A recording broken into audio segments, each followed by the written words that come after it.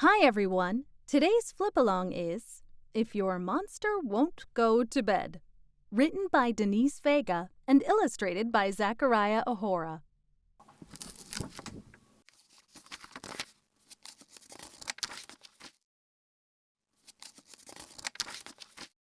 Time for bed!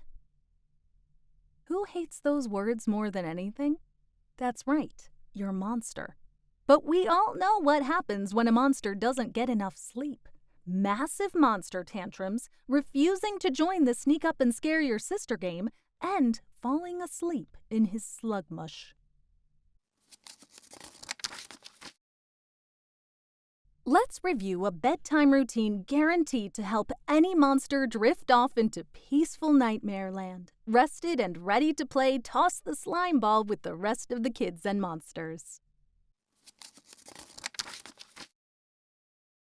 Don't ask your parents to help you. They know a lot about putting kids to bed, but nothing about putting monsters to bed. It's not their fault. They're just not good at it.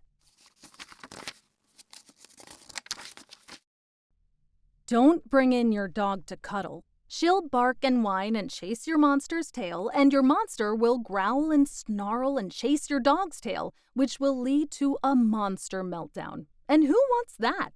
Besides other monsters. Yip, yip, yip, yip. Grrr.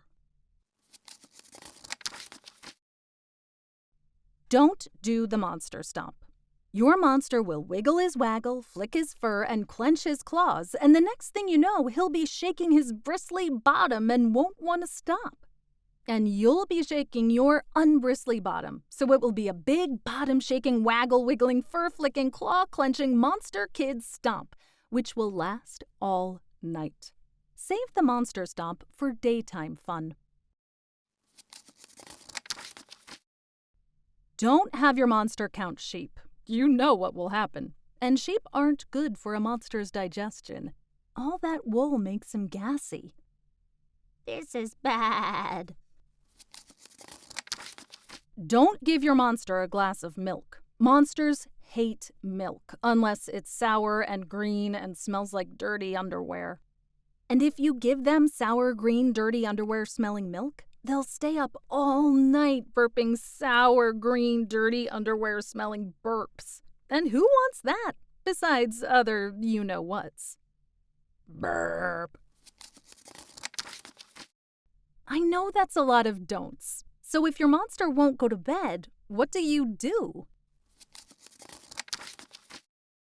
Step 1. Pour your monster a nice big glass of calming, crunchy, oozy bug juice slimed with ooey-gooey snail trails. No monster can resist this. And maybe you can't either? Go ahead, take a sip. Step 2. Give your monster an ice-cold, shiver-inducing bath to relax him, and make sure to scrub behind his ears with mud soap. Step 3. Brush your monster's fangs until they are at their smelly, rotten best, and don't forget to floss. Step 4. Help your monster find his favorite squishy, squashy, can't-go-to-bed-without-it toy.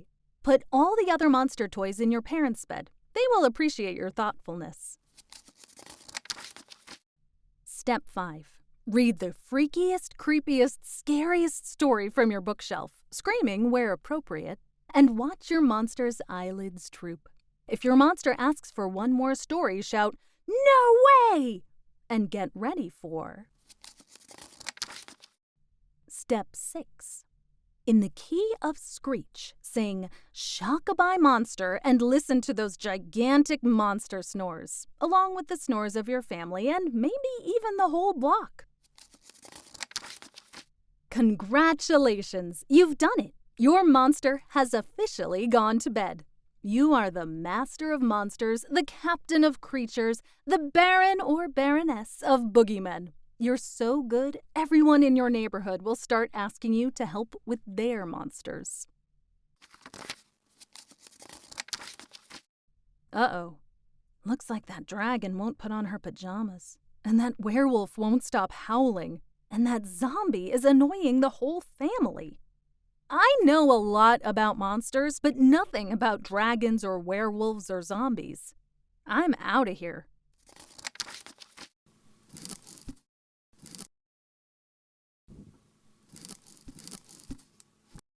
Thanks for reading along with us. Come back next time for another story.